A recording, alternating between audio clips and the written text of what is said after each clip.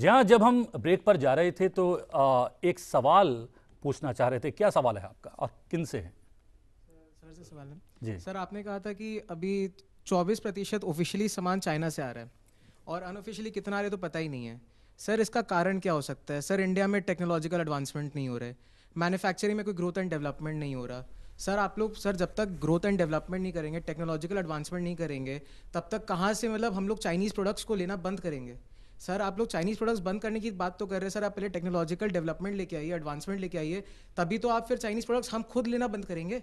और दूसरी बात ये सर, आज 70 से 80% सामान जो है दवाइयों की बात करते हैं, आज हम चाइना से इंपोर्ट करते हैं। सर आज अगर हम वो लेना बंद कर देंगे तो आज आज लोगों का मरना शुरू हो जाएगा इंडिया में। तो सर आज वही तो बात है, आज टेक्नोलॉजी नहीं आएगी तब तक हम चाइनीज़ प्रोडक्ट लेना क्यों बंद करें?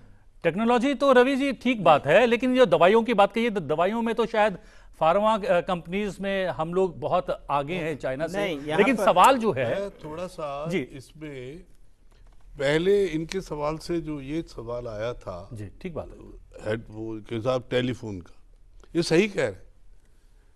2 करोड़ नहीं, शायद 8 या 10 करोड़ टेलीफोन आते हैं जी और 92% जो है चाइना से इंपोर्ट होते हैं। मार्केट हमारी, लोग हमारे, सामान उनका।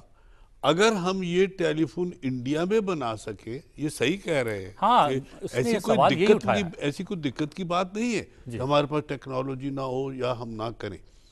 तो 35 लाख नए रोजगार हमने कैलकुलेट किया था, 35 लाख नए रोजगार सिर्फ एक सेक्टर में आते हैं। दूसरी की बात भी मैं करता हूं, इसमें जरूर कमी है, जैसे ये कह रहे हैं, कुछ तो सरकार की तरफ से भी कमी है। देखिए, छोटा सा एक उदाहरण मैं दूं, धागा सिल्कन और जो होता है वो नकली सिल्क का वहां से आता है चाइना से, बनारसी साड़ी के लिए, और उस पर ड्यूटी बिल्कुल नॉमिनल है। साड़ी बन के चाइनीज फिक्टिशियस वहां से आती है, उस पर ड्यूटी जो है ना, उस पर ज्यादा है ड्यूटी धागे पे, और इस पे ड्यूटी कम है बहुत। ये चीजें सरकार, आखिरकार आपने खुद ही तो बताया, हम लोग जो है एटम बम भी तो बना लेते हैं, हम मार्स में भी पहुंच जाते हैं, मंगल का भी सब कुछ कर लेते हैं। आप लोगों में से जो जिसका भी मैं चेहरा देख रहा हूं, किसी से कम तो दुनिया में दिख नहीं रहा जी। दुनिया में भी हर जगह एक नंबर पे आ रहे हैं। ये जरूर हमारे में कमी होगी है, हमारी सरकार को भी इस पे जागना पड़ेगा काफी ज्यादा। देखिए, चाइनीज प्रोडक्ट्स की कोई कीमत उस तरह से तो होती नहीं जैसे हमारे यहाँ होती है, मैन्युफैक्चरर है वहां तो है कि भाई ये चीज बेचनी है, डंप करनी, तो वो अगर 100 रुपए की भी है तो वो 20 रुपए में भी। लेकिन राजीव जी, उपभोक्ता तो कहीं ना कहीं बेचारा है। पर उन्होंने पूछा जी। इसलिए मैं ये बात एक करना चाह रहा था कि देखिए, अमेरिका में टेक्नोलॉजिकल डेवलपमेंट कम है क्या? हाँ। यूरोप में कम है क्या? आज अमेरिका और यूरोप चीन के माल के आने से घबराया हुआ है, ख़त्म हो गया। वहाँ रस्टिंग फैक्ट्रीज की बात की ना ट्रंप ने, क्योंकि चीन ने अपना माल वहाँ डंप किया। हमारे यहाँ इंडस्ट्री पहले चलती थी, वो बंद हुई है। छोटे छोटे उद्योग अपने अपने ब्रांड्स बनाते थे, वो बंद हुए हैं। उसका कारण ये है कि चीन की सरकार ने भारी मात्रा में सब्सिडी दे करके यहाँ पर माल डंप करना शुरू किया है।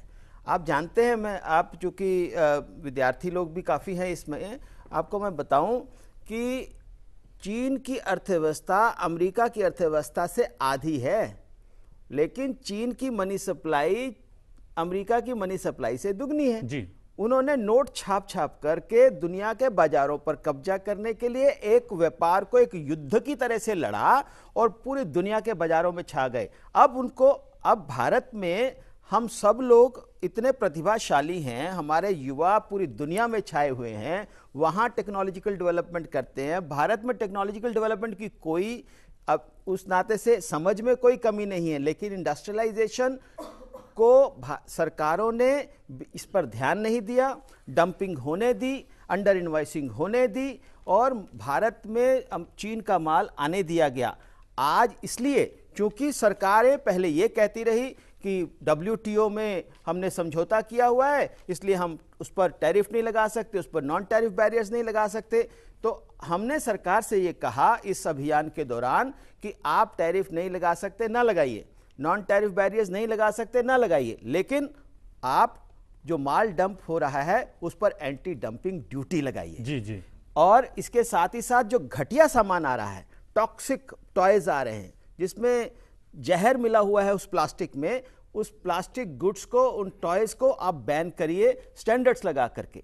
बड़े बड़े पावर प्लांट्स आ रहे हैं, प्रोजेक्ट गुड्स आ रही हैं, इंफ्रास्ट्रक्चर प्रोजेक्ट्स आ रहे हैं, हम सब बना सकते हैं। भारत में L&T है, टाटा है, तमाम प्रकार की बड़ी इंडस्ट्रीज है जो ये सब बना सकती है। वो इसलिए नहीं बना पाती, स्टील इतना मात्रा में यहाँ पर डंप हुआ, भारत सरकार ने एंटी डंपिंग ड्यूटी लगाई, एक साल में 45% स्टील का जो आयात है वो कम हो गया। इसलिए एंटी डंपिंग ड्यूटीज लगाना, स्टैंडर्ड्स लगाना, ये तमाम प्रकार के ऐसे उपाय हैं जिसके माध्यम से भारत में हम इंडस्ट्री को बढ़ावा दे सकते हैं।